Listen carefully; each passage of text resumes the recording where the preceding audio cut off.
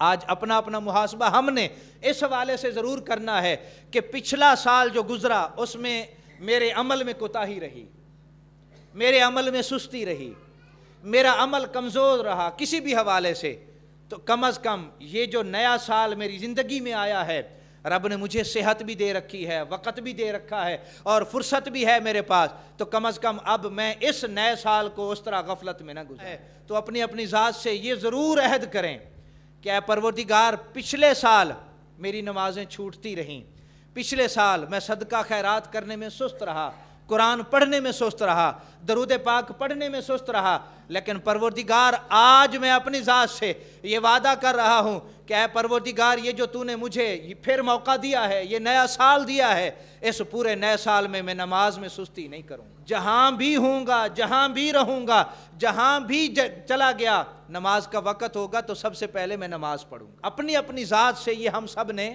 عہد کرنا ہے۔ دوسرا عہد ہم نے اپنی اپنی ذات سے جو کرنا ہے وہ یہ ہے کہ زیادہ نہیں تو کم از کم ایک رکوع قرآن پاک کا ضرور پڑھنا۔ پہلے تو کوشش کریں کہ ہم جو ہے وہ ایک سپارہ، آدھا سپارہ ضرور قرآن پاک کا روزانہ پڑھیں، لیکن اگر اتنا نہیں پڑھ سکتے تو کم از کم ایک رکوع ہم روزانہ قرآن پاک کا ضرور پڑھیں۔ یہ بھی ہم نے اپنی ذات سے عہد کرنا ہے۔ اور تیسرا ہم نے اپنی ذات سے جو عہد کرنا ہے وہ یہ ہے، کثرت کے ساتھ اپنے پیارے آقا صلی اللہ علیہ وآلہ وسلم کی ذات پاک پر درود و سلام پڑھا کر روزانہ کثرت کے ساتھ۔ اور علماء نے کثرت جو لکھی ہے، علماء نے یہ لکھا ہے وہ تقریباً 313 کی تعداد ہے۔ 313 جو بندہ جو ہے وہ 313 مرتبہ درود پاک پڑھتا ہے وہ کثرت کے اندر جو ہے وہ شامل ہو جاتا ہے۔ کثرت کے اندر میں کہتا ہوں چلیں 313 مرتبہ ہی پڑھ لیں، پڑھیں صحیح، درود پاک پڑھیں صحیح۔ اور آخری بات جو بڑی ہی ضروری اور بڑی ہی جو ہے وہ اہم ہے وہ یہ ہے، ہم جس دور سے گزر رہے ہیں نا، یہ دور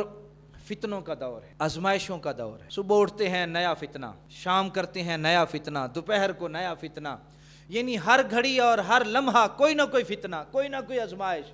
ہم آزمائشوں سے مسلسل گزر رہے ہیں، فتنوں کے اندر مسلسل جو ہے وہ ہم پڑ گئے ہیں۔ اس گئے گزرے دور میں ہم نے کرنا کیا ہے اور ہمیں کیا کرنا چاہیے؟ آپ سے یہ ضرور ہاتھ جوڑ کے عرض کروں گا کہ ہم سب نے کسی ایسی بات کی طرف دھیان نہیں کرنا جس بات سے کسی بھی صحابی کی یا کسی بھی صحابیہ کی بے ادبی کا پہلو نکلتا ہو، اور ہم نے کسی بھی ایسی بات کی طرف توجہ نہیں کرنی جو بات ہمیں جو ہے وہ اہل بیت کی نفرت کی طرف جو ہے وہ لے۔ ہم نے کسی ایسی بات کی طرف بھی دھیان نہیں کرنا۔ آج میڈیا کا دور ہے، سوشل میڈیا کے اوپر آگ لگی ہوئی ہے، اور وہ آگ کہیں ایسا نہ ہو کہ ہم بھی اس آگ کا حصہ بن کر دنیا کے اندر ہی جو ہے وہ جل کر ہلاک اور برباد ہو جائے۔ ایک بات جو پہلے کی ہے، ہمارے ایمان کا حصہ ہے صحابہ کی محبت، ہمارے ایمان کا حصہ ہے اہل بیت کی محبت۔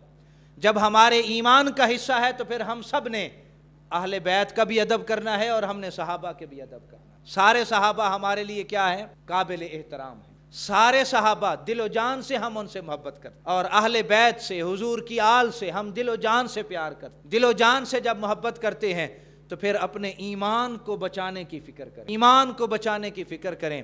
سب کچھ مل جائے گا، سب کچھ آپ پیسے لے کر خرید بھی لیں گے، لیکن یہ ایمان آپ کو کہیں سے نہیں ملے گا۔ ایمان آپ کہیں سے خرید کر نہیں لے سکتے۔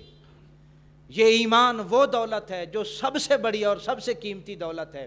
آج اس کو بچائیں، اس ایمان کو بچانے کی فکر کریں، اس کی سلامتی کی فکر کریں۔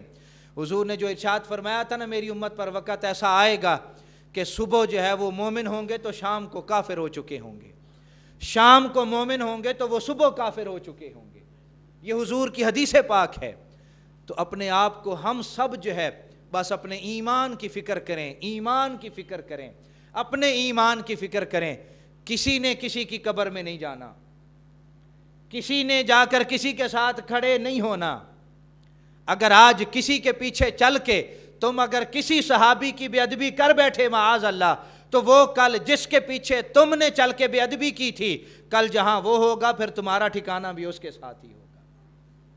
اور اگر معاذ اللہ استغفر اللہ کسی کی بات سن کے اور کسی کے پیچھے چل کے اگر اہل بیت میں سے کسی کی بھی بے ادبی کر بیٹھے تو پھر بھی ٹھکانہ وہی ہے۔ ایمان بچائیں، ایمان کی سلامتی مانگیں اپنے رب سے، ایمان کی خیر مانگیں اپنے رب سے۔ ہم اگر ایمان سلامت لے کر چلے گئے تو ہم یقیناً کامیاب لوگوں میں، اور اگر ہم اپنے ایمان کو سلامتی کے ساتھ لے کر جانے میں کامیاب نہ ہو سکے تو پھر ہم سے بڑا نقصان اٹھانے والا کوئی نہیں۔